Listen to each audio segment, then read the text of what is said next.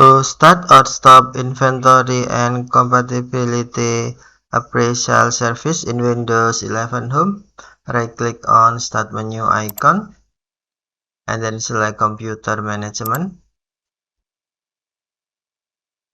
Next, click or tap Services and Applications drop-down menu. Select Services and then scroll down the screen. Find Inventory and Compatibility Appraisal Service.